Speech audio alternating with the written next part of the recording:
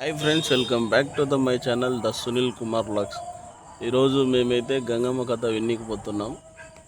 నేనైతే మీకు అక్కడికి వెళ్ళినాక చూపిస్తాను. Let's watch it. కోపం వచ్చే భూ ప్రపంచమంతా సర్వనాశనం అవుతుంది. ప్రజలందరూ అన్యాయం అయిపోతారే. 84 లక్షల జీవరాశులు మలమలం మాడిపోతారే. ఆమెను శాంతి పరచాలని పైనుంచి పూల వర్షం కురిపించినారంట. ఓం శాంతి శాంతి శాంతి శాంతి శాంతి. అప్పుడు ఆ భీమ రూపం మార్చేసింది. ఏం వేసింది అక్కడ?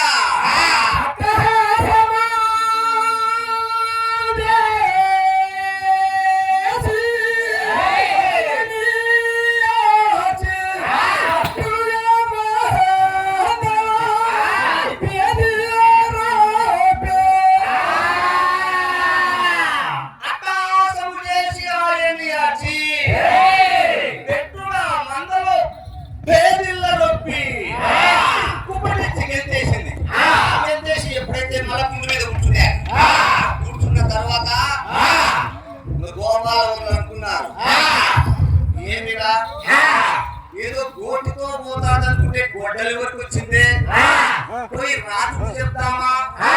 కాటమరాజు ముక్కోపి ఒక ఆడ మనిషిని, ఒక ఎరుకలమ్మను, ఒక దయ్యాన్ని తన్ని తరమలేక నాకొచ్చి చెప్తాడారా ఎన్నిన్నాయాలారా అని గదుమాయిస్తాడేమో.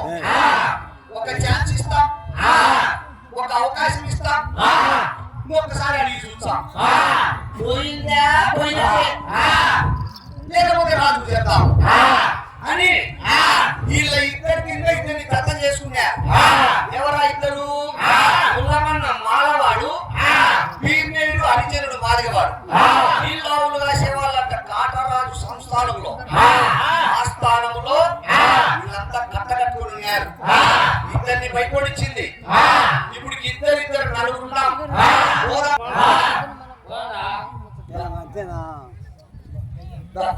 చెప్పాడు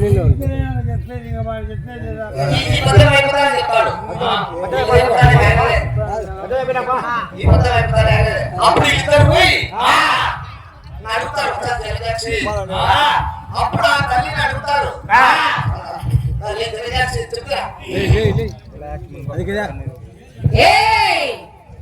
అప్పుడు ఆ తల్లిని వీళ్ళు ఒక ఛాన్స్ అడిగినారంట. పోతావా లేదా అని. ఏమని అడిగారు?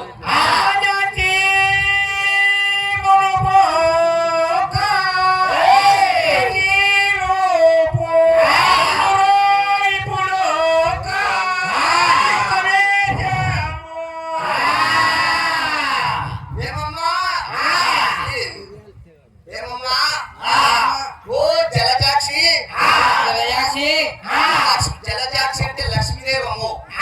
ముందు చాలా అందంగా ఉన్నావు. తర్వాత భీమ రూపం, రాక్షస రూపం, ఎన్నో రూపాలు దాచినావు.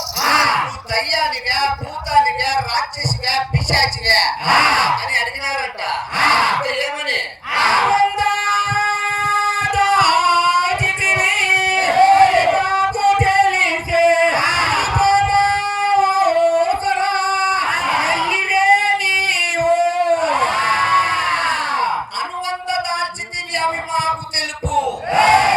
ఇన్ని వేషాలు ఎందుకేసినావో నాకు చెప్పు. నేను పిల్లలమనే, పశువులు కాసే వాళ్ళమనే. నా కథ నీకు తెలియదమ్మా. మంచికి మంచి, చెడ్డకు చెడ్డ. కాబట్టి ఊసర వెళ్ళివే నీవు. ఈసర వెళ్ళి ఏంద్రా?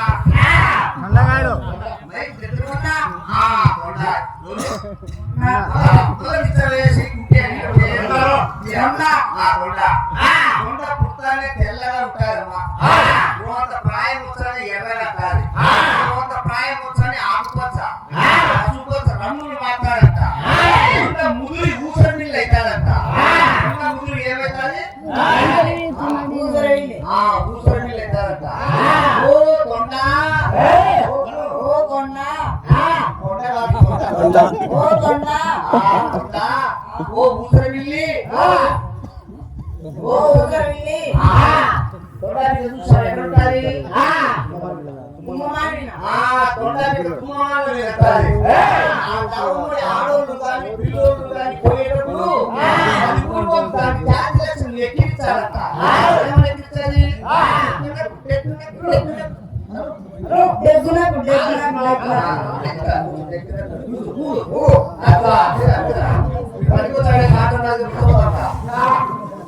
కాబట్టి అందులో సాయిబుడు చూసే కోపం ఎక్కించాలన్నది. సాయిబుడు చెప్తారు,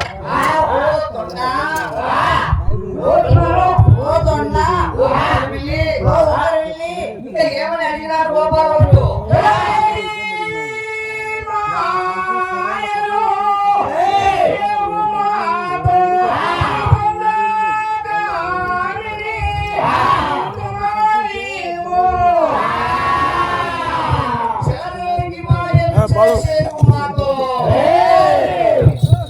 కాబట్టి నీ మాయలు మంత్రాలు తంత్రాలు పక్కన పెట్టు. ఓటం మా రాజు చెప్పేదేమి ఉండదు. మేము ఇద్దరికి నలుగురం వచ్చినా నా దగ్గర కరుపు పట్టాలు ఉన్నాయి, కట్టేసి ఈడ్చుకొని పోయి మా రాజు దగ్గర పెడతాం. వచ్చేదవా లేదవా నువ్వాడేదవా, నువ్వెవరో సవిస్తానంగా చెప్పు అని అడుగగా అప్పుడు గుండు మీద నుంచి లేచి ఆ తల్లి ఏమని సెలవిచ్చింది అక్కడ?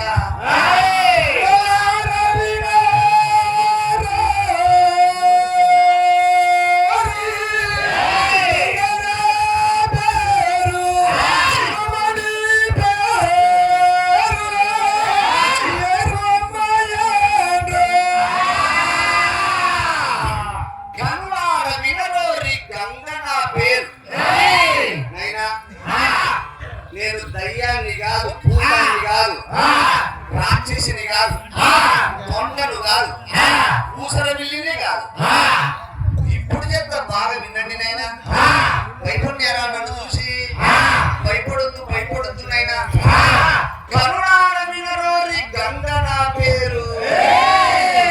నన్ను గంగమ్మ అంటారు నాయనా. మిమ్మల్ని అందరినీ కాపాడేదానికి వచ్చిన కదరా, నన్నే కొట్టాలని చూస్తారే నాయనా. ఒక గంగనే కాదు, ఇనుమడి పేరులో ఏర్వమ్మ ఎండ్రు అంటే 21 పేర్లంట ఆ తల్లికి.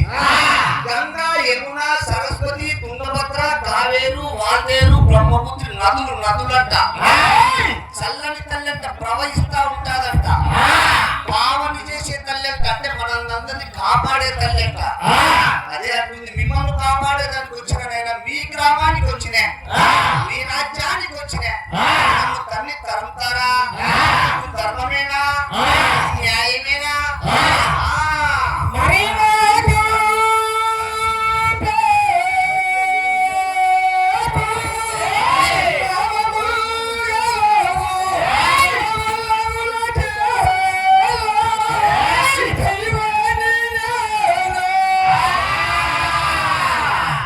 మరి నాకు పెక్కు నామములు గలవు. ఒక గంగే కాదు, చాలా పేర్లు ఉన్నాయి. 101 శక్తిలై ఒక్కొక్క వేళ. 101 శక్తులతో ఈ తల్లి అంటే అవతారాలుగా విభజించారట. ఎన్నో పేర్లు. ఆ పేర్లన్నీ చెప్పాలంటే సమయం పడుతుంది నాయనా. కాబట్టి అన్ని పేర్లు ఉన్నాయి నాయనా నాకు. తన వల్ల పులకెల్ల దైవాన్ని నేను. తన అనగా భూమిని ఎవరు పరిపాలన చేస్తున్నారు? ఇట్లాంటి రాజులు. ఆ రాజులందరికీ దైవాన్ని కదునైనా. కొట్టామంటారు, తింటామంటారు, అట్లా అనవద్దునైనా.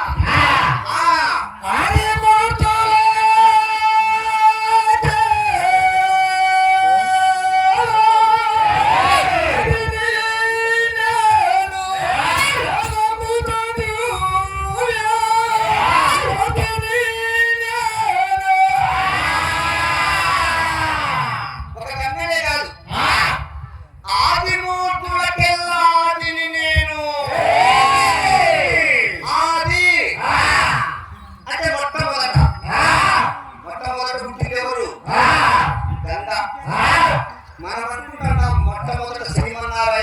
పుట్టాడు, బ్రహ్మదేవుడు పుట్టాడు, ఈశ్వరుడు పుట్టాడు అని ఉత్తదంట. ఆది మూర్తులకెల్లా ఆదిని నేను, ముగ్గురు త్రిమూర్తుల కంటే ముందు పుట్టినంట. మోదంపుతో దివ్య మూర్తిని నేను. ఆ ముగ్గురికి తల్లి కావాలంటము ఈమె ఆదిశక్తి. అదే అంటుంది. అంటే ఏమంటుంది తల్లి?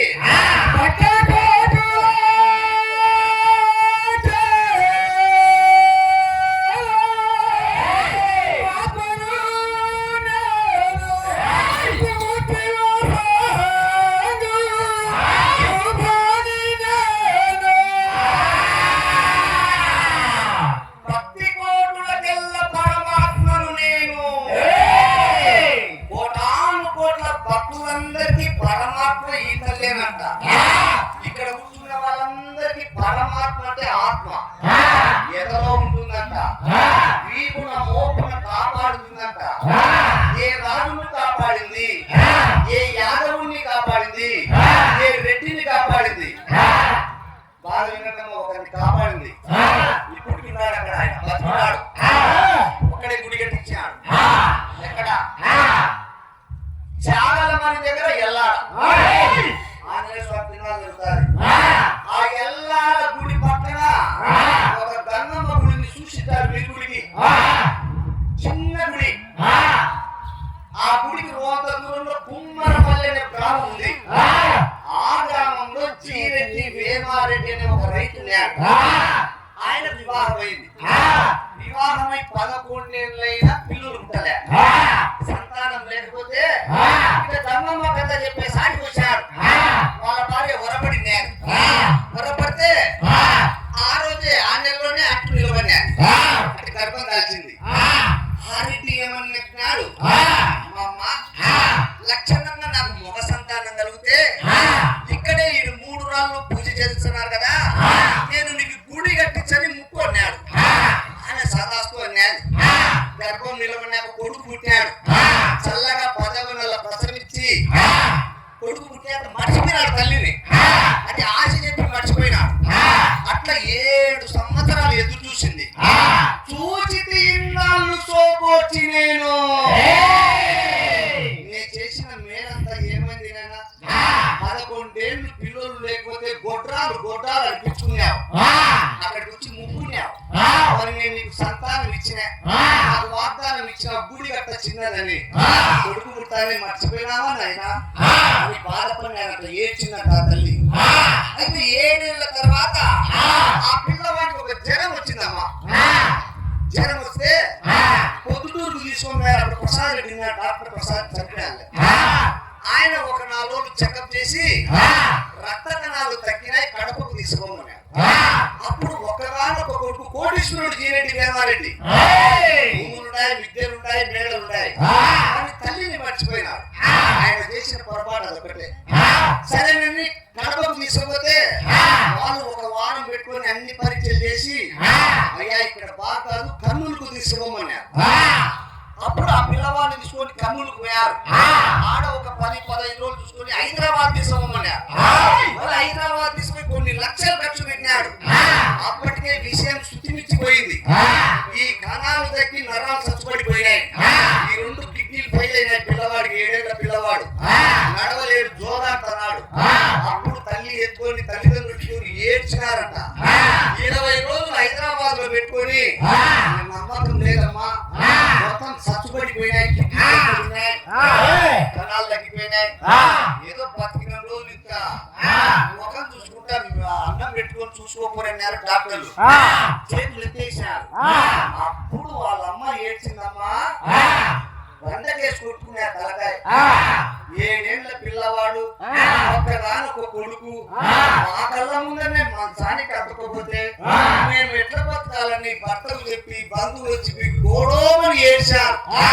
పెద్ద పెద్ద డాక్టర్లే బతకడని చెప్పారు. కాబట్టి నీకు చేసేది ఏమి లేక హైదరాబాద్ నుంచి చాలా మంది వచ్చారు పిల్లలు తీసుకొని.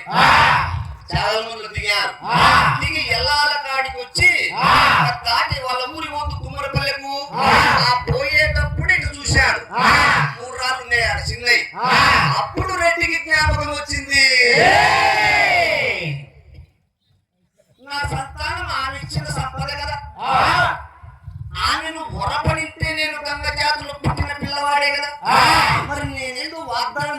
చూడంగానే ఓహో ఇక్కడ గుడి కట్టిస్తానే మర్చిపోయానే తల్లిని అని అప్పుడు గుర్తుకొచ్చింది.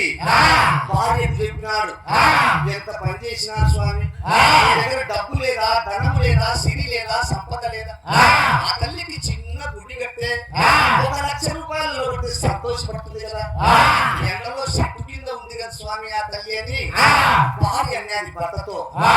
తప్పైపోయింది, మర్చిపోయినా, ఇప్పుడు పోయి ముక్కుంటని. బండలు ఉన్నాయి, 4 బండలు పైన కప్పు.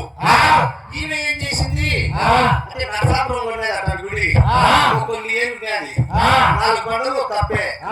జీవితకాలం ఆ గుడి చూసి మా అబ్బ చచ్చిపోయాడు, మా బిడ్డ చచ్చిపోయాడు, నేను పోతానేమంటుంటే పీకారులే మమ్మల్ని అని పోయినాడు. భార్య ఆయన పిల్లోని అడగబెట్టినాడు. అమ్మ తప్పు చేసిన తల్లి, కానీ నీకు వాగ్దానం ఇచ్చిందే, నా పిల్లోడు ఈ పరిస్థితిలో ఉన్నాడు తల్లి అంటే ఆ చిన్న బంగంలోంచి ఒక ముసలామె వచ్చింది బయటికి. ఎట్లుంది, 90 ఏళ్ళ ముసలావిడ, అంటే వెంట్రుకలన్నీ పేరు చెప్పిపో, బత్తుల కృష్ణయ్య. బత్తుల కృష్ణయ్య గుర్తుపెట్టుకోండి, బత్తుల కృష్ణయ్య 90 ఏళ్ళ వయసు, వెంట్రుకలన్నీ వెండి ఎటుకలు, ముఖమంతా బస్సు పూసుకునేది, రూపాయి బిల్లంతా బొట్టు పెట్టుకునేది, ముక్కుకు నట్టు పెట్టుకునేది, 1000 కళ్ళ చీర కట్టుకునేది, ఎరుపు పసుపు 1000 కళ్ళు చీరకు, కాళ్ళకు పట్టీలు వేసుకునేది. ఆ గుడిలో నుండి బయటకు వచ్చింది. ఏమైనా ఏడుస్తున్నావు, ఏ కష్టం వచ్చిందైనా అంటే కళ్ళ ఎత్తి చూస్తే నిగనిగలాడుతుంది. 90 ఏళ్ళు, ఎత్తు 7 అడుగులు ఉంది ముసావిడ. అంటే ఎవరమ్మా అంటే నేను ఏ పూజ చేసుకోలేనైనా అన్నారు. ఏం లేదు తల్లి, జరిగిన విషయం అంతా చెప్పినారు ఆమెకు. ఆమె భయపడారునైనా ఏం సాగు ఏదన్నా అనుకోన్నావా అన్నది. అవునమ్మా ఏదో చిన్న గుడి కడదాం అనుకోని అంటే మళ్ళీ ఒకసారి ఆ తల్లికి చెప్పిపోయినా ఏం కాదు పనింది. మళ్ళీ చెప్పినాడు, అమ్మ ఖచ్చితంగా గుడి కట్టించలేని. ఈ ముసలాంటి గుడి లేకపోయి ఒక నిమ్మ పండు ఇంత బండారు తీసుకొని వచ్చి ఈ నిమ్మ పండును సొగం ఒప్పుపోయి నీళ్ళలో పిండి పిల్లలకి బలవంతంగా తాపు, సొగం ఒప్పుంటాలే ఒళ్ళంతా రుద్దు, ఈ బండారు పెట్టు అంతా చూసుకుంటా కొన్ని గుడిలో వీళ్ళు ముసలామె. ఈయన ఏమనుకున్నాడు, రెడ్డి పూజారేమోనని ఆయన అనుకున్నాడు. మళ్ళీ ఇంటికి పోయినాడు. ఇంటికి పోయి ఊళ్ళో చెప్తే ఆ గుడిలో ముసలామే లేదా, పూజారే లేదు, ఎవరిని చూసినావో ఏమో అన్నారు. సరే ఏమో ఏ పుట్టలో ఏ పాముందని నిమ్మకాయతో సొగం దాపినాడు మా పిల్లోడికి. సొగం పూజాడు. ఆయన పొద్దుటూరు పోయినాడు పనిందని వాళ్ళ ఆయన రెడ్డి. ఇంకా మధ్యాహ్నం అన్నానికి వచ్చేకల్లా పిల్లోడు మంచానికి అత్తకపోయిలే, వాడు లేడు మంచంలో. భార్యని అడిగినాడు వంట రూమ్ లేకపోయి, ఏమేం మన కొడుకు ప్రతాప్ రెడ్డి పేరు పిల్లోడి పేరు, మన పిల్లోడు లేడంటే ఏమోనండి నేను చూడని అమ్మ నాయన బయటకు వచ్చి చూస్తే అక్కడ పిల్లోడు పిల్లలతో గోలికాయలు ఆడుకుంటాడు లేచివాడు. భక్తి కోటులకెల్లా పరమాత్మను నేను. అక్కడ చల్లగా తాప ఇప్పుడు ఉందమ్మా. ఆ పిల్లోడు హైదరాబాద్ లో ఉద్యోగం, పెద్ద సాధారి. అప్పుడు ఆ బండలు గుడి కట్టినటువంటి స్లాబ్ తీసేసి జోరుగా గుడి. అలా పూజారికి పెట్టినాడు బాబనాయుడు. మమ్మల్ని విలుచుకొని పోయి 2 యాతలతో పిల్లోడు బోనం ఎత్తుకున్నాడు. ఆ చనిపోయే పిల్లోడే బతికాడు. బోనం తీసుకుపోయి జోడ 2 పొట్టేళ్ళు పెట్టి నాతో కథ చెప్పించాడు, బొంగువారు పెట్టించాడు. నేను పిల్లోడిని మా పెద్దగారు రామగోయుడు బ్రహ్మాండంగా సంభావన ఇచ్చాడు. మరి వాళ్ళకేమన్నా తక్కువ చేసినానా? ఏమే కానీ తక్కువ చేయలేదు కదా కాటమరాజా. అటువంటి తల్లిని కొడతామంటారు, తింటామంటారు కదా నాయన. మీకు మనసు ఒప్పిందిరా కాటమరాజా. ఇంకా ఏమంటుంది ఆ గోపాల వర్ణం పట్టుకొని?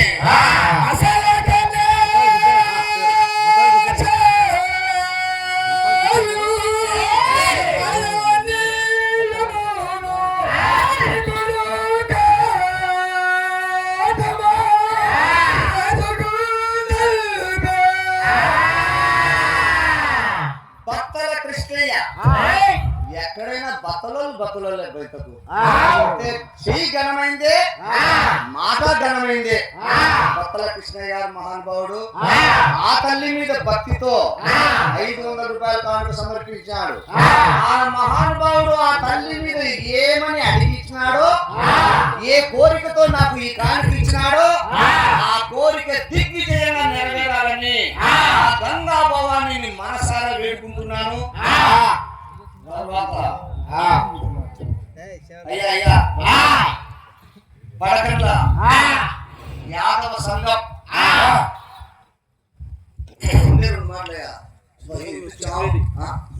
చిన్న కమ్మలూరు సుంకిరెడ్డి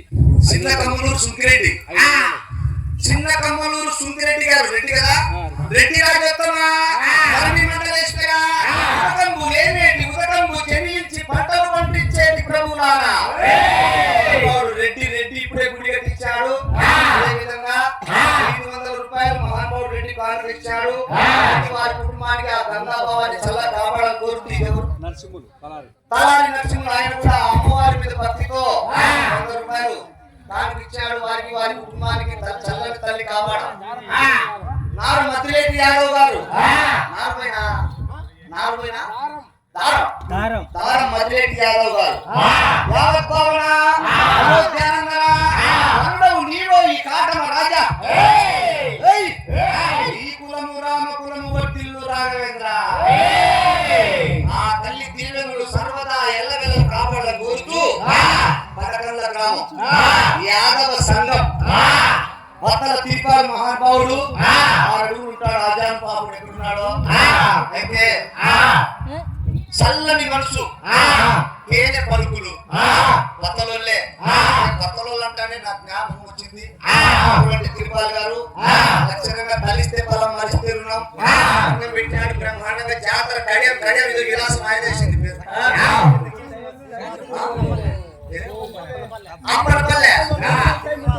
అప్పటిపల్లె శ్రీనివాసుడు గారు మహానుభావుడు. ఆయన కూడా అమ్మవారి మీద భక్తితో 500 రూపాయలు ఘనంగా కానుక సమర్పించినాడు. అప్పటిపల్లె శ్రీనివాసుడు గారు వారి కుటుంబానికి గంగా భవాని ఎల్లవేళలా కాపాడాలని శిరస్సు వంచి నమస్కారం చేస్తున్నారు.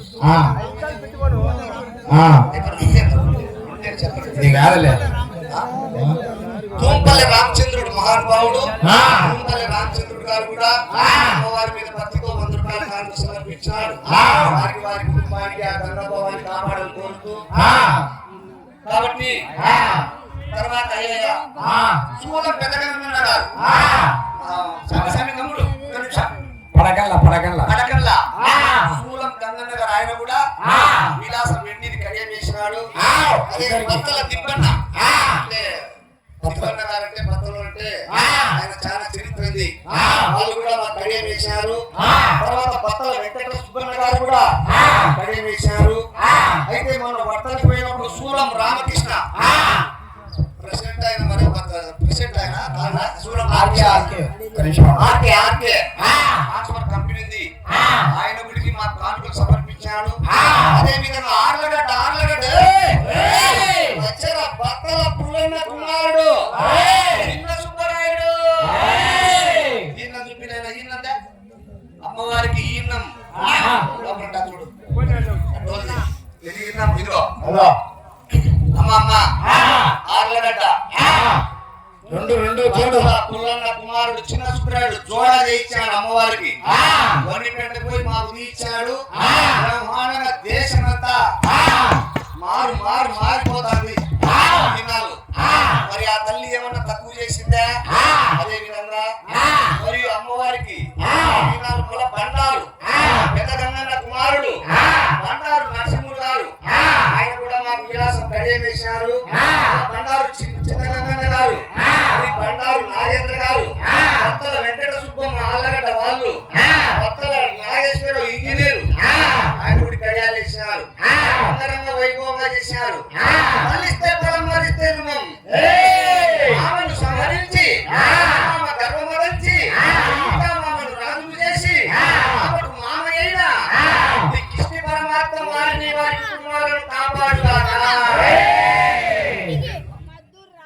మద్దూరి రాముడు మద్దూరి రాముని గారి పేరు మీద ఆ అమ్మ 100 రూపాయల కానుక సమర్పించింది. వారి కుటుంబానికి ఆ తల్లి కాపాడాలి. నగల్లపాడు లక్ష్మయ్య నగల్లపాడు పొందుపోయింది చేయలేమో లక్ష్మయ్య గారు ఆమె కూడా లక్ష్మయ్య గారి పేరు మీద 200 రూపాయల కానుక సమర్పించింది.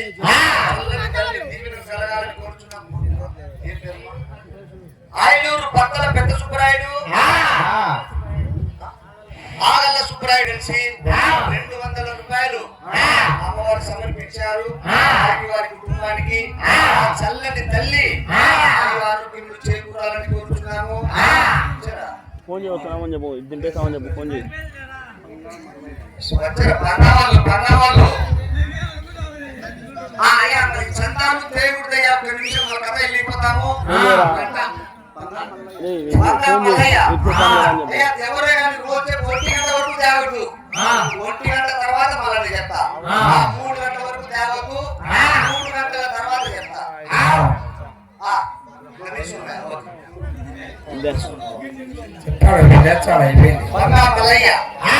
హలో రాజు,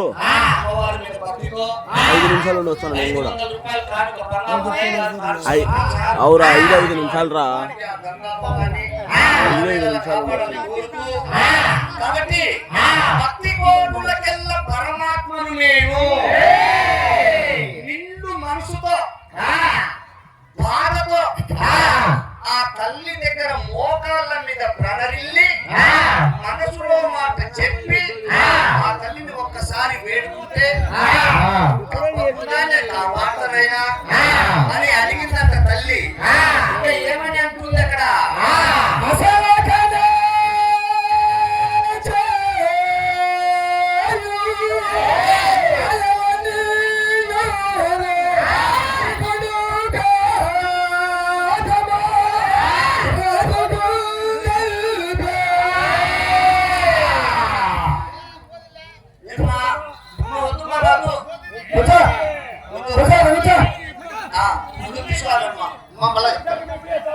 ఆ టీ తాగేటప్పుడు తీసుకుంటామ్మా.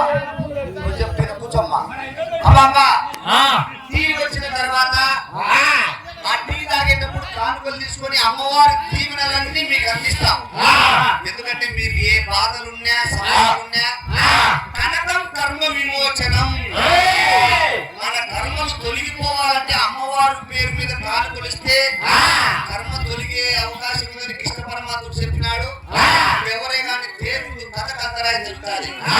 కాబట్టి మసలక నేచేయు మాయలన్నీ రసముడు కాటల రాజుకు తెలుపు. కాబట్టి ఎవరినైనా ఇక్కడ నేను చేసిన మాయలు మంత్రాలు మైకు భాష ఇక్కడ ఒక్కరన్నా ఉండాలా? మైకు దగ్గర ఎవరు చూడు రీసౌండ్ వచ్చాలి అక్కడికి. కాబట్టి నైనా అంటే ఇప్పటి వరకు గంగా కాటమరాజు ఎదురు అన్నారని మీరు అనుకుంటున్నారు.